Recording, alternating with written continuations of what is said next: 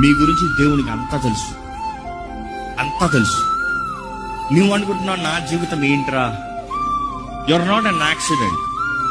ఏదో దృష్టి లేకుండా ఏదో తల్లిదండ్రులు నిన్ను ఏదో కన్నారని కాదు. దేవుడు మిమ్మల్ని ప్రత్యేకమైన రీతిగా రూపించాడు. మిమ్మల్ని ఆయన కోరుకున్నాడు. మీ ద్వారంగా ఆయన మహిమ రావాలని ఆశపడుతున్నారండి. మీరు ఆయన సొత్తు. మీ కొరకు యేసు ప్రభు వెల చెల్లిస్తానికి ఈ లోకంలోకి వచ్చాడు. ఏదో వచ్చి పోతానికి రాలేదు. ఏదో వచ్చి ఆయన దేవుడిని చూపించుకుని పోతానికి రాలేదు. యేసు ప్రభు రాక ఈ లోకానికి ఎందుకు అంటే, తండ్రి నిన్నెంత ప్రేమిస్తున్నాడో చూపిస్తానికి.